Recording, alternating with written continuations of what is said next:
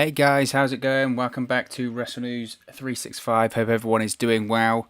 Today we're going to talk a little bit about SmackDown last night. We're going to talk a little bit about Braun Strowman, Bold Strowman, the Fiend, whatever you're going to call him, Alexa Bliss, their match coming up at SummerSlam. Very, very interesting, isn't it? Very, very interesting and quite divisive, I think, about how this whole thing is playing out last night. So last night on SmackDown, we saw the latest installments of the Bray Wyatt and Braun Strowman feud on Friday Night SmackDown.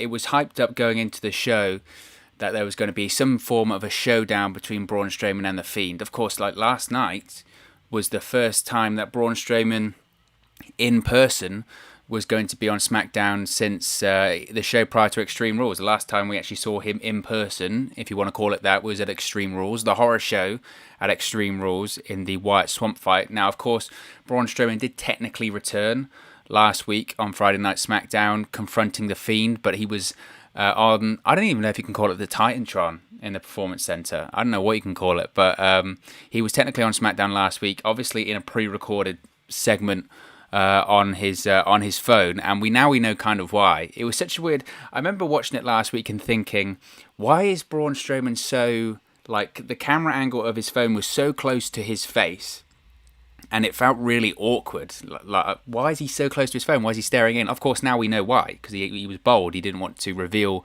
the surprise that he had had his head shaved. So now we know the backstory about that slightly. This is after he returned last week, Braun Strowman, after The Fiend attacked Alexa Bliss, put the mandible claw on her a couple of weeks ago on SmackDown. In last week's promo by Braun Strowman, this return of sorts came as The Fiend, I don't know if he was about to attack Alexa Bliss again. It kind of felt like that was the intention, and then Alexa Bliss stroked The Fiend's face, confusing the monster, a whole Beauty and the Beast scenario, I guess. Then The Fiend sort of scarpered off into the darkness, and then we had Braun Strowman make his return on the Titantron. Last week, of course, Braun Strowman cut a promo on The Fiend, and he said, I don't care about Alexa Bliss. All I care about is letting the monster out. This isn't about Alexa Bliss, it's about you and me. And the big line in there was, I don't care about Alexa Bliss.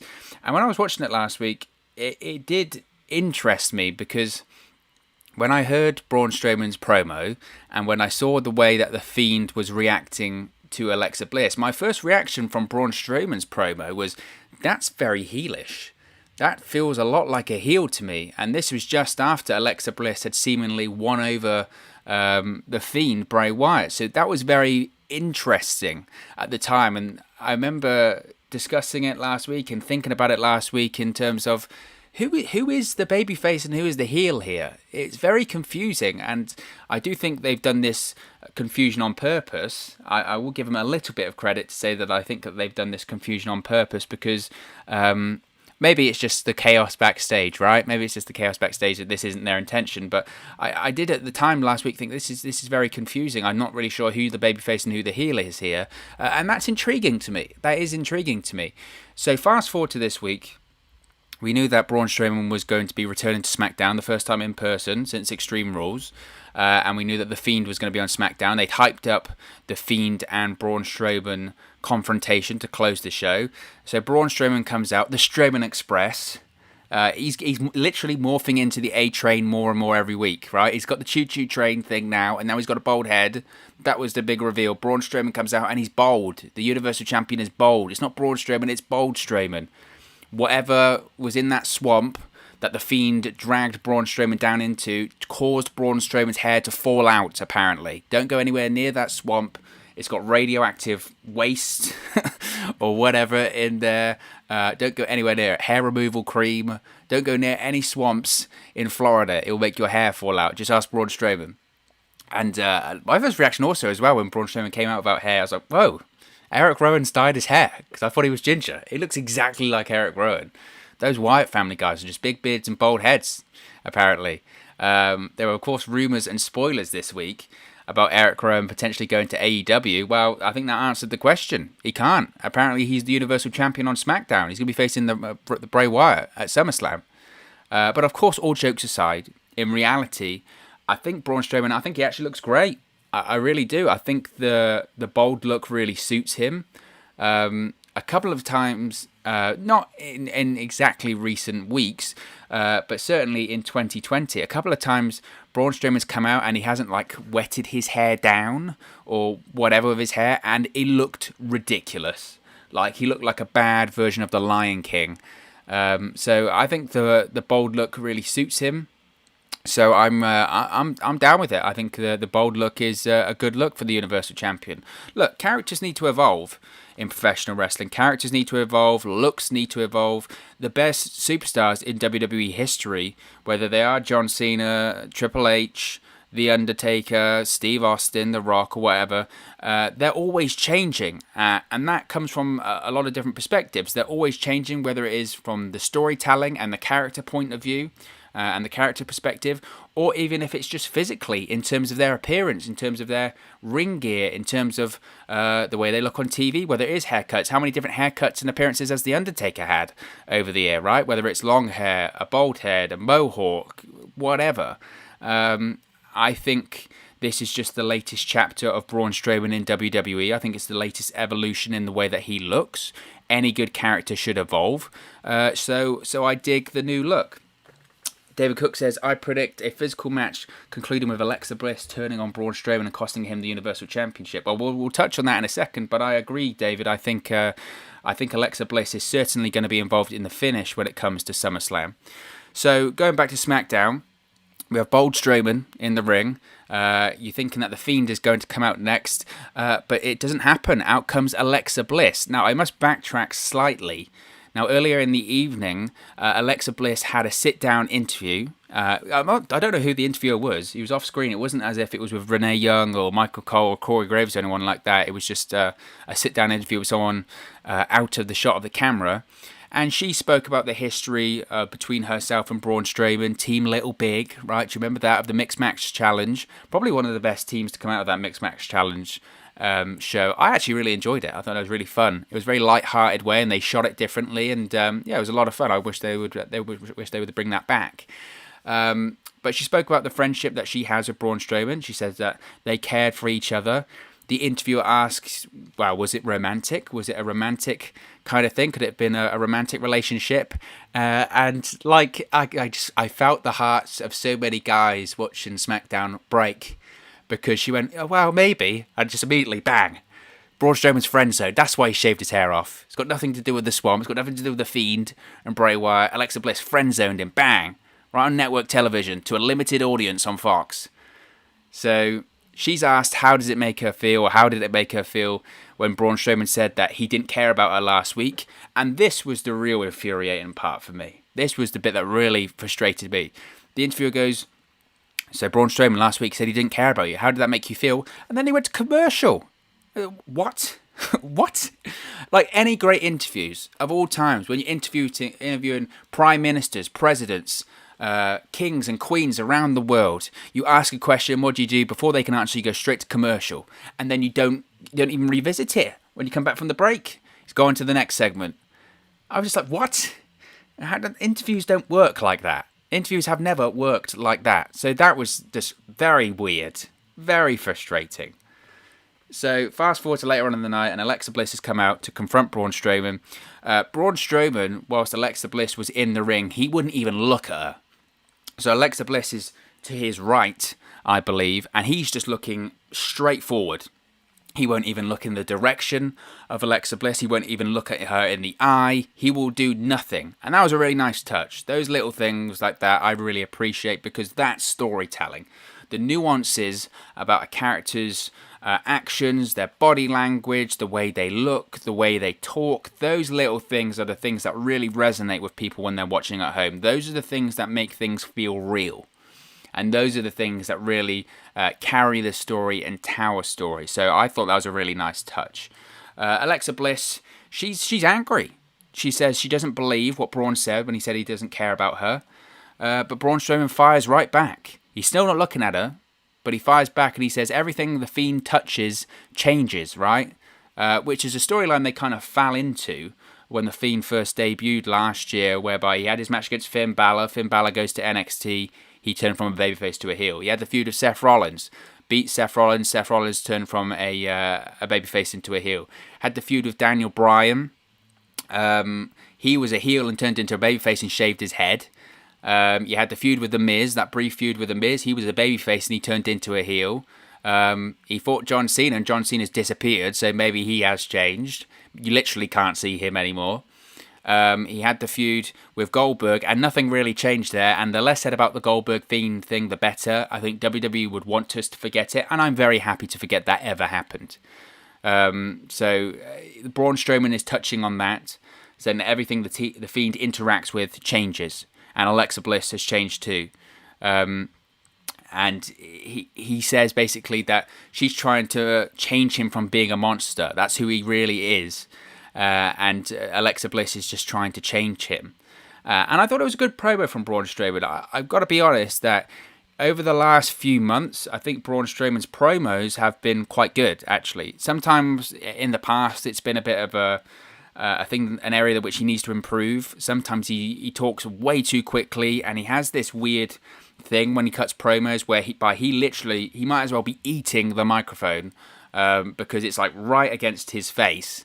And sometimes, which sometimes leads to struggling to understand what he's actually saying at the time. But I thought it was a good promo from Braun, and like I said, I think his promos recently have improved, especially in this feud with Bray Wyatt, because it's been so character-driven and so character-focused that I think that his promo game has had to step up, and I think that he has done that. So I credit him for that. Eventually, Braun Strowman says, "Get out of the ring. This isn't about you. It's about me and the Fiend. Get out of the ring." And Alexa Bliss won't have it. She slaps him several times. Now, I don't know if this was just me. If you heard this also, you can let me know in the chat or in the comment section whenever you watch this. But the first time Alexa Bliss slapped Braun Strowman, they added the weirdest sound effect over this slap. It was like whoosh, and it was like no slap has ever sounded like that. What on earth? What's she slapping him with? A fish. It was the weirdest slap ever. Slap sound effect. But she gets over that. She does a Stephanie McMahon. She just paintbrushes the guy, slaps him about 1,000,000 times, and then Braun Strowman picks her up. It looks like he's going to throw her out the ring. At first, I thought he was going to do the running power slam, which, you know, some people have their views about men and females facing off when it comes to professional wrestling or spots and that kind of thing. I don't know. I think the running power slam would have been awesome. John Elite 4 Live says, "Love this feud." You know what? I wouldn't go as far as say love for me, but I would agree with you. It's probably the best Strowman Wyatt feud we've seen out of this 3-month storyline, and we'll touch on that in a second. I thought he was going to do the running power slam, but it looks like he's going to gorilla press her. It looks like he's going to throw her out of the ring. And then the lights start to go out, like the Fiend's lights when they start to go out. They sort of slowly cut out slowly, don't they? Braun throws Alexa Bliss into the air. I mean, fully lets go of her, throws her into the air. The lights fully go out, and then we have the Fiend appearing in the ring with Alexa Bliss. But there's no Braun Strowman. Bold Strowman is gone. He's disappeared. He's on the Titantron. He's on the screen at the Performance Center, and he and the Fiend cackle and laugh at each other to end the show, and that's it. Now, the Braun Strowman laugh, I mentioned this on Twitter last night. Do you remember, this might be a little bit of a deep cut, a bit of a throwback, there was a period of time after Kane had his mask taken off when he was on Raw, I want to say like 2005 to all the way to, probably like 2010 or something like that, where they would just have every Kane promo end with Kane cackling, doing this really weird, evil laugh. And even when he did it, I think most people thought, this is really odd. This is really odd. Nobody just cackles and laughs like that. It was meant to be, I think it was meant to be a throwback to, you know, those movies, maybe some horror movies or villains in the movie where they do the evil laugh, where their plans coming together. Or he's such a psychopath that he's just laughing with joy at these evil things that he's saying, right? And that's what Braun Strowman did last night. But I just felt weird. I was just like, stop laughing. It didn't make any sense to me, that kind of thing.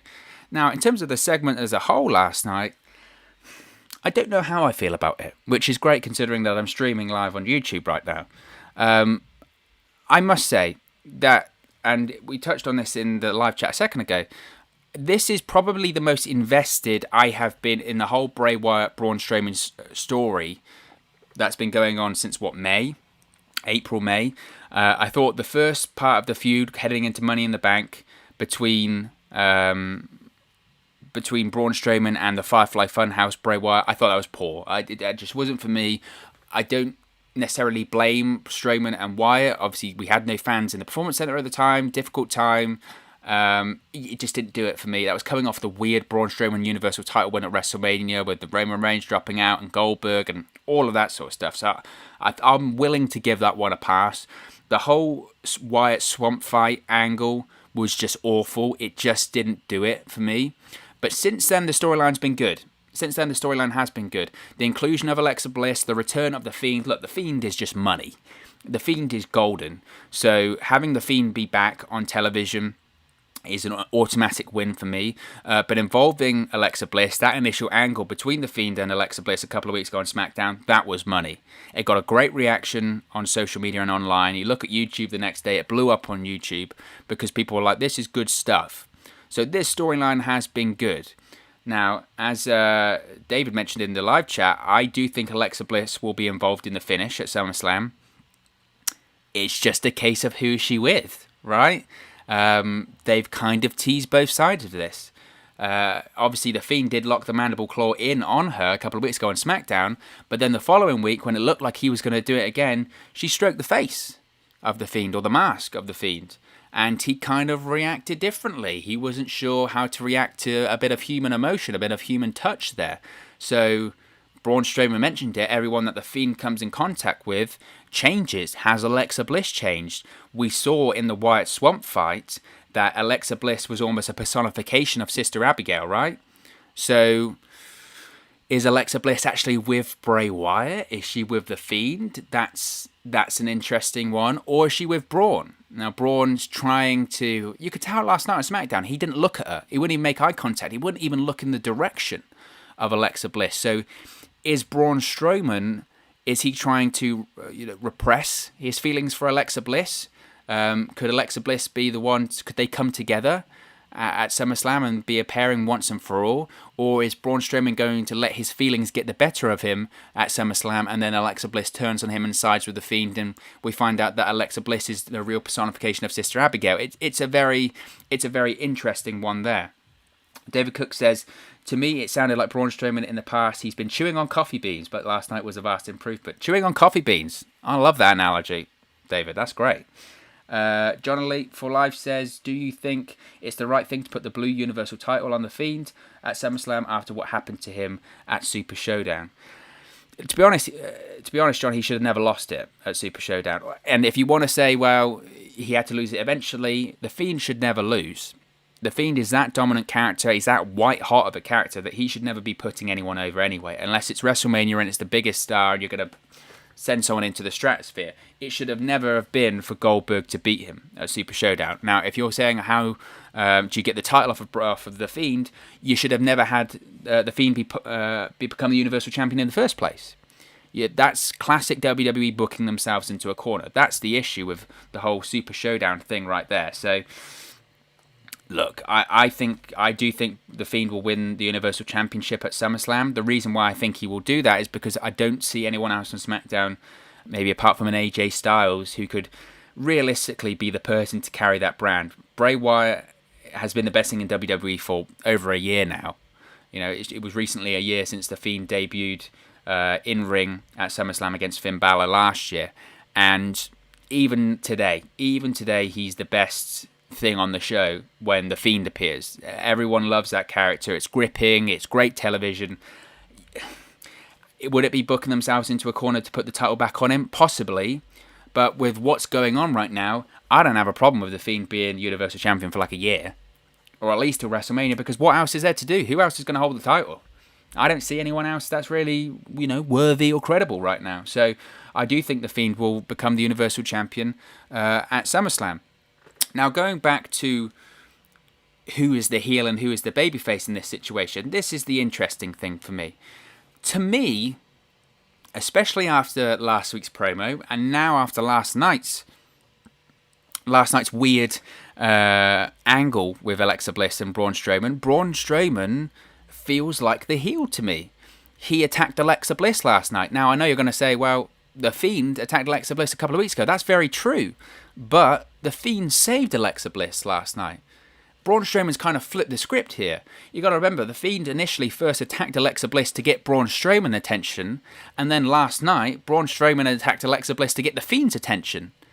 So, Braun Strowman kind of now feels like the heel, and The Fiend was the one making the save, which kind of makes him feel like the babyface, which is odd.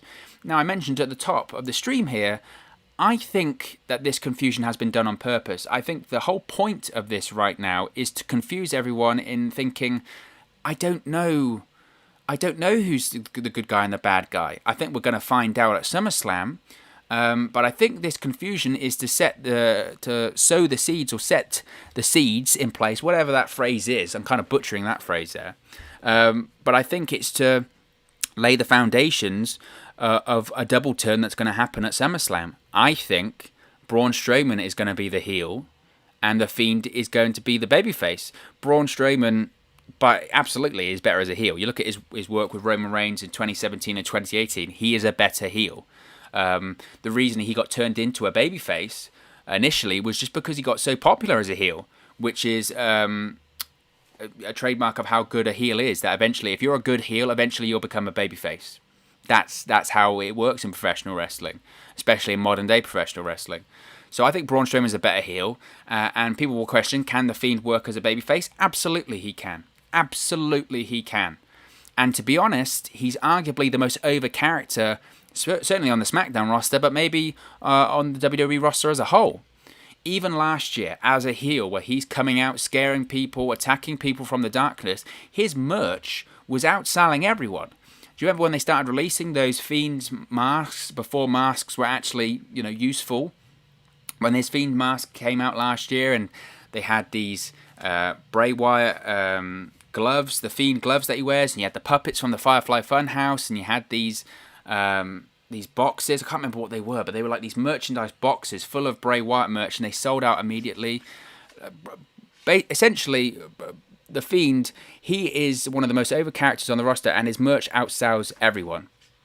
If you are a great character, you can be a babyface. I don't think it matters about your past. Look at The Undertaker. The guy was a dead zombie that buried people, and he got to become one of the most over babyfaces of all time.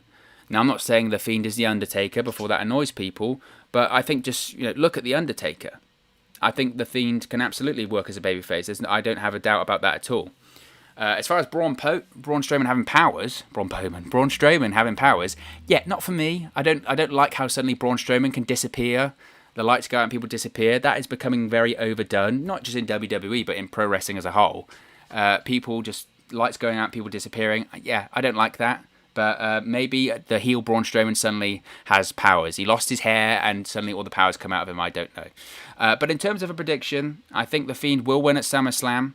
And it's not a bad story at all. It's a good story. It's interesting, and I have to give WWE credit for that. It certainly is a very interesting story.